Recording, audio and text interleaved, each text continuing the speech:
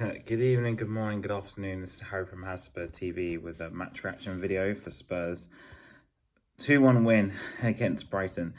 In the end, the game turned out to be a Spurs win, surprisingly, actually, but we'll get into it. So first of all, the starting lineup, Kulusevski started on the right. Apart from that, the team kind of picks itself. Sarr came back into the team, and obviously finally had a midfield of Bentancur, Sarr and Maddison, which is something I've been actually looking forward to since Ben's return and obviously Sarr's return and Maddison's return. So it was good to see them all play together for once. The back five kind of picks itself now.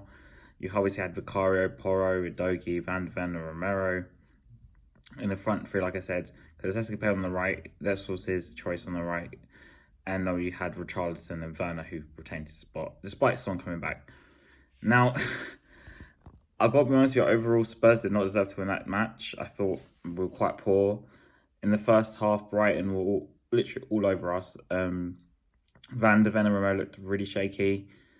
Udogie was making a lot of mistakes again. I mean, these are young players, I know, but they were making mistakes. The midfield three actually wasn't working, despite what I just said just now, about 30 seconds ago. I thought Sarr was probably the best one in the first half of all our players. The front line was misfiring. Kulusevski, again, struggled on the right, which to me is not really that surprising. And then you had players like Richarlison, who missed one big chance, which my brother said probably Harry Kane would have scored. And this is probably maybe the difference between like a top striker and like an elite striker and someone like Richarlison, who I have defended obviously a long time. I still think he's a good striker, but I don't think he's ever going to be like the elite. Werner didn't really have much during the first half.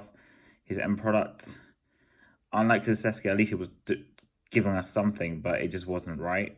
He had a few crosses which were straight to the keeper, side netting. Brighton were unlucky not to even take the lead earlier in the game with Welbeck's chance. He had a few other chances later in the game as well. I felt like in the first half, Brighton had the better chances than Spurs. And in the second half, Ange, like Maddison said on TalkSport, gave them a rollicking and they came out a bit better. Again, I mentioned earlier about Sarr. I think Sarr was probably our man of the match. He put in a great performance and scored the equaliser. We did look slightly better. We were playing a bit more forward, but the biggest weakness today, I felt, was that Brighton kind of played through our press. There was only, in the first half, I can count on 2 instances where Spurs' press worked against Brighton. It's almost like we were rushing to press, which you could argue is part of pressing, right? But it's like they bypassed it quite easily. They were playing for us very easily. The defence, like I mentioned earlier, looked a bit shaky anyway. And then eventually Postecoglou made some changes after Sarr's equaliser. He made 3 changes.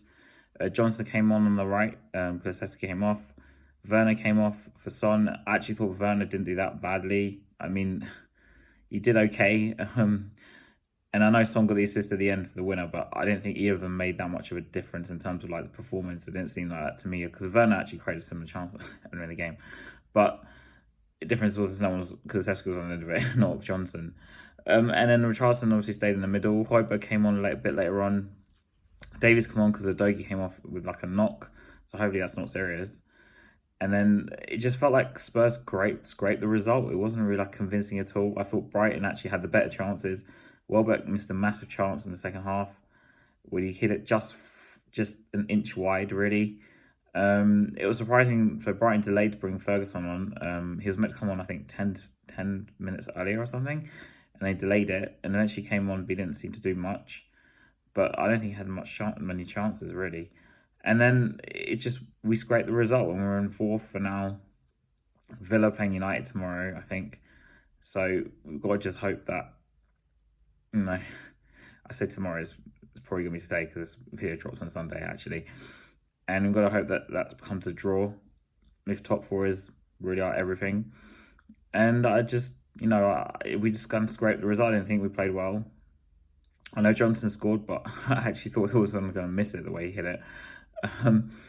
But did Spurs really deserve to win the game? I don't think we did. And they will play better sides, and I don't think we'll get through it with a win. We might draw, we might lose. I thought it was very lucky. I thought Brighton deserved at least a point. But Spurs, yeah, it needs to be a massive improvement. It might be because, the midfield is quite new in the sense of like Bentancur, and Maddison. Bentancur's playing the holding role. Basuma did come later on and kind of, some people might argue, did play better than him, but I just think it was just fresher legs, really. I think that's all it really was. People forget Bentancur's still coming back from his injury.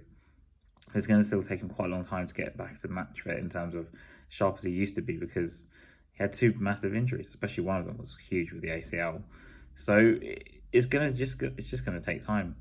Unfortunately, we're just going to have to be patient. So, do I think Spurs can, do more than top four? No.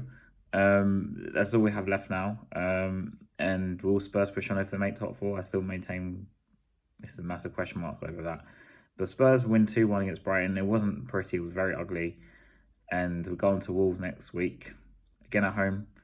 And we do have actually another 2 home games in a row. I think Palace is after Wolves. So we have to just win all three of these games. April's the month to watch out for, really. And May, the running ain't that great. So we need to get as many points as possible before then. And come on, you Spurs.